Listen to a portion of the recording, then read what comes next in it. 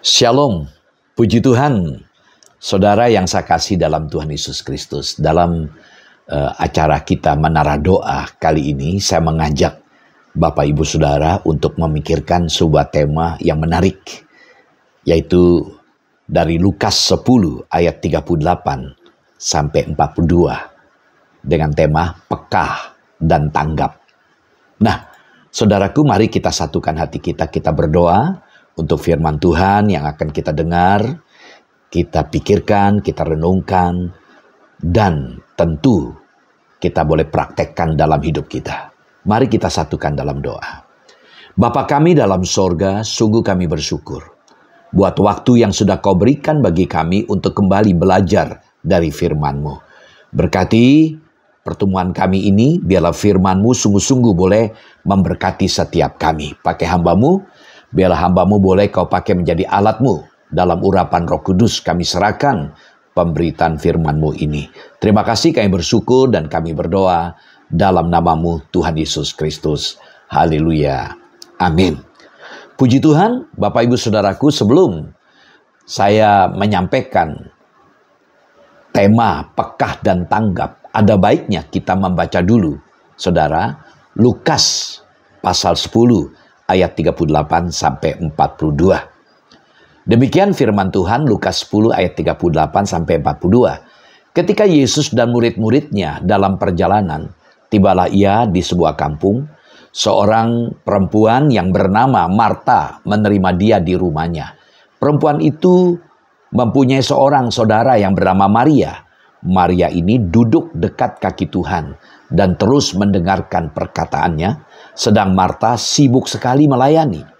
Ia mendekati Yesus dan berkata, "Tuhan, tidakkah Engkau peduli bahwa saudaraku membiarkan aku melayani seorang diri?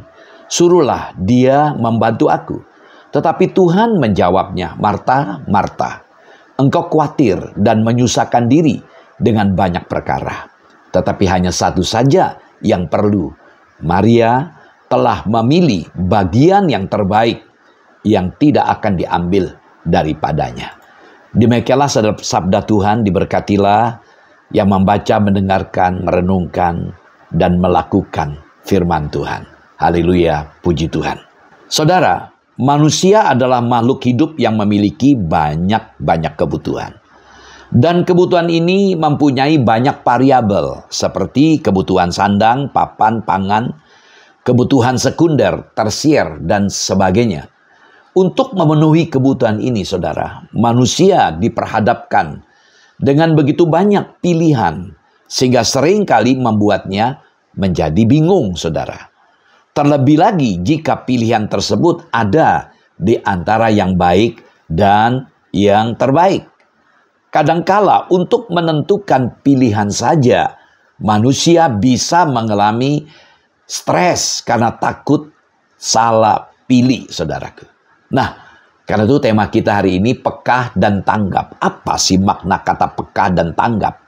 Peka itu artinya mudah merasa atau tergerak, tidak lalai, dan mudah memberikan atau meneruskan. Sementara kata tanggap itu artinya berusaha membantu untuk menyelesaikannya. Saudara, peka dan tanggap menurut versi Marta berbeda dari versi Maria. Sikap Marta seirama dengan sikap kebanyakan orang yang dipengaruhi oleh pola hidup modern. Tentu tidak salah. Karena itu harus mampu membedakan antara yang baik dari yang terbaik, antara yang perlu dari yang penting dan mendesak. Nah, saudara, hidup ini begitu banyak gangguan dan kesibukan yang kita harus jalani hari demi hari. Ada anak-anak, pekerjaan, proyek yang harus kita kerjakan, dan sebagainya. Nah, firman Tuhan yang kita baca tadi mengajarkan kepada kita untuk memilih yang terbaik di tengah banyak hal yang terjadi di dalam kehidupan kita. Tadi kita sudah bacakan ayat-ayat tersebut. Saya tergelitik untuk mengajak saudara untuk melihat Lukas 10 ayat 40. Di situ tertulis ungkapan sibuk sekali. Nah, kata sibuk sekali dari kata Yunani perispao. distracted, terganggu, mengalihkan perhatian. Ya, kita berikan pada hal yang lain dan tidak melakukan hal yang seharusnya kita lakukan karena ada distrak. Bukan berarti Yesus tidak menyukai kita bekerja dan melayani. Tetapi ada waktunya untuk melakukan kesibukan dan kegiatan atau aktivitas. Sedangkan saat Yesus datang itu adalah suatu momen yang sangat-sangat langka. Di depan banyak umum, Marta tidak bisa menahan emosinya dan kekesalannya. Apakah kita Marta atau Maria? Apakah kita begitu sibuk dengan kegiatan-kegiatan kita sampai kita akhirnya lupa untuk membangun relasi berhubungan dengan Tuhan kita? Saudara, memilih yang terbaik artinya menjaga hubungan dengan Tuhan Yesus melalui perenungan firman Tuhan saat teduh. Sebelum saya menyampaikan apa menjadi pesan Tuhan lewat bacaan firman Tuhan tadi, saya terkesan dengan yang namanya acong. Ya, setiap pulang kerja, dia mampir ke gereja, di depan pintu gereja, dia berdiam diri sejenak sambil bicara dengan lembut, Tuhan ini oe acong. Dan setiap hari dia lakukan itu, Tuhan ini oe acong. Nah, saudara, lalu terjadilah sebuah keadaan yang sangat-sangat menyedihkan. Dia sakit keras sehingga dia ada di ruangan ICU. Belasan tahun dia mampir di gereja hanya bicara Tuhan ini oe acong. Ketika di ruangan ICU dalam kondisi kritis itu dia bermimpi. Dan Tuhan pegang kepalanya dan Tuhan berbicara kepada dia. Acong, ini oe. Itu kata Tuhan. Acong, ini oe. Apa yang terjadi kemudian? Mujizat itu terjadi, si Acong kaget, dia terbangun, bahkan dia turun dari ranjangnya. Suster tentu kaget, dokter tentu kaget, diperiksalah kesehatannya. Rupanya terjadi mujizat. Apa yang dapat kita lihat dari Acong? Doanya nggak panjang-panjang, cuma ngomong, Tuhan ini oe, acong. Tapi Tuhan peduli. Nah, ada sebuah bahaya yang perlu kita pikirkan bersama. Gaya Marta, itu gaya yang tanpa kita sadari, orang yang sibuk terus-menerus, dan tidak punya waktu untuk duduk diam di bawah kaki Tuhan. Hari ini kita bisa belajar bagaimana menjadi anak Tuhan. Ya, tetapi kita harus punya relasi. Jangan sampai kita disebut anak Tuhan, tapi tidak memiliki relasi kita dengan Tuhan. Nah, apa yang dilakukan oleh Maria sehingga Tuhan memuji dia? Ya, apa yang dilakukan Maria sehingga dia bisa memilih yang terbaik? Ada 4 hal yang dapat kita lihat di sini. Pertama, kebutuhan. Maria tahu membutuhkan relasi dengan Kristus. Maka tahu untuk memilih yang terbaik. Ini kesempatan. Yesus mampir di Betania, di rumahnya. Dan kesempatan ini dia gunakan. Jarang punya waktu, Yesus sangat sibuk. Kalau bisa hadir di rumahnya, ini sebuah kesempatan yang baik.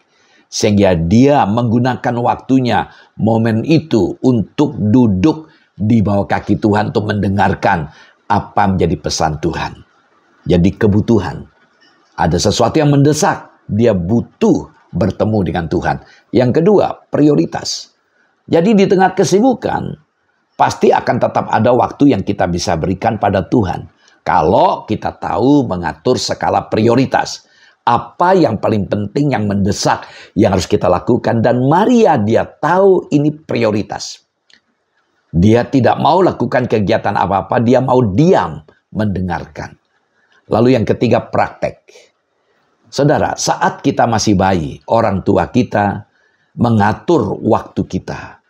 Ya, ketika bangun pagi, ya kita diarahkan, kita diajar, dibangunin, sikat gigi. Ada banyak hal kita dipimpin, diatur, diawasi, dikendalikan. Tapi setelah kita tumbuh dewasa, saudara, kita bisa mengatur waktu kita sendiri. Nah, inilah praktek bagaimana kita tahu bahwa ada suatu kebutuhan yang mendesak sehingga kita tahu memprioritaskan. Karena itu kita perlu praktek. Kita sudah dewasa, nggak perlu lagi di mentoring, diawasi, dikontrol, diatur, diperintah. Ayo saat teduh, ayo baca firman. Tentu tidak, kita bisa mengatur sendiri. Yang keempat, menjadi kebiasaan. Ya, di awal-awal kita harus memaksakan diri untuk melakukannya.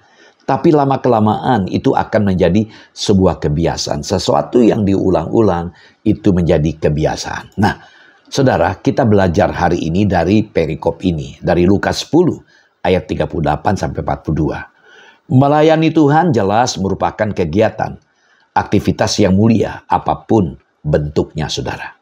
Entah itu menjadi guru sekolah minggu, entah itu menjadi pengkhotbah, paduan suara, pemusik, dan lain sebagainya.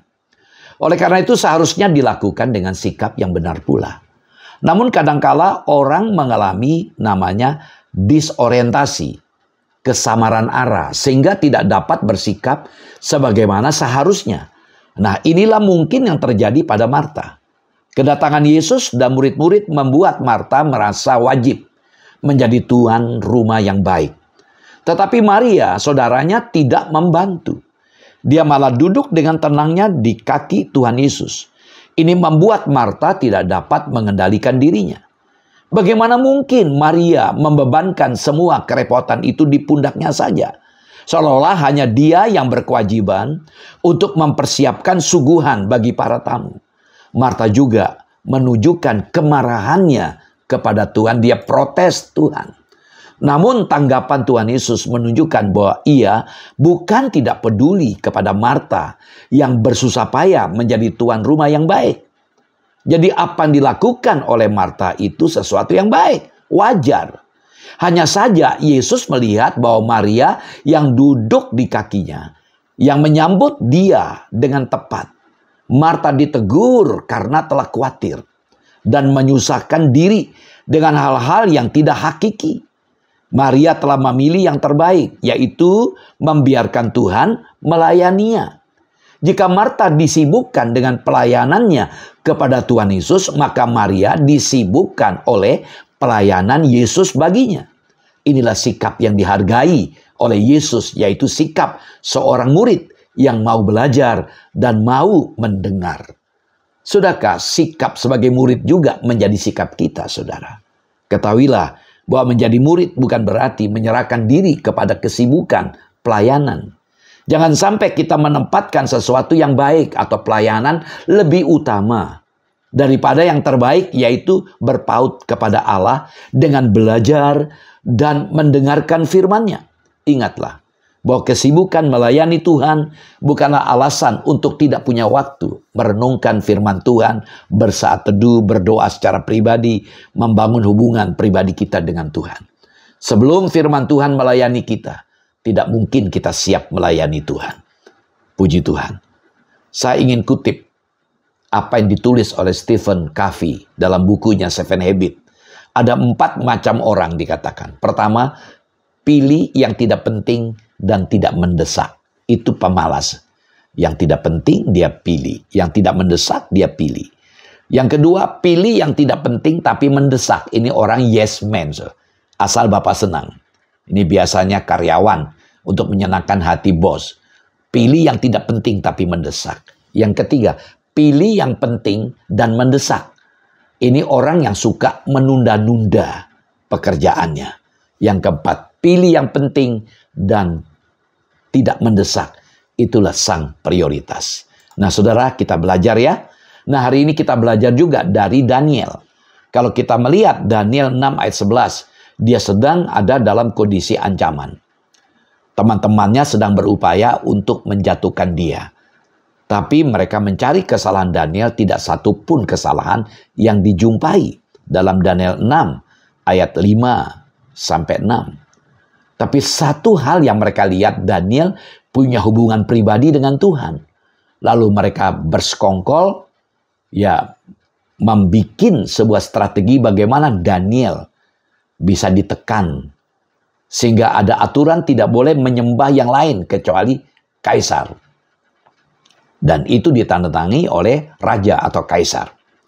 Otomatis Daniel bisa berisiko dibunuh.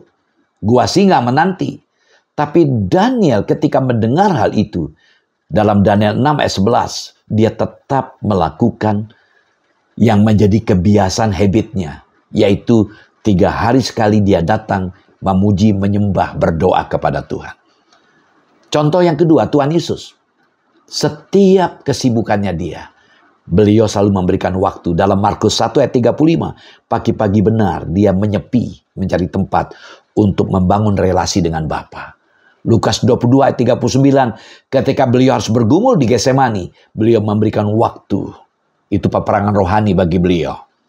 Nah, jadi kita melihat Daniel dan Tuhan Yesus tahu prioritas mereka untuk membangun hubungan dengan Allah Yahweh di tengah kesibukan dan hiruk-pikuk hidup ini.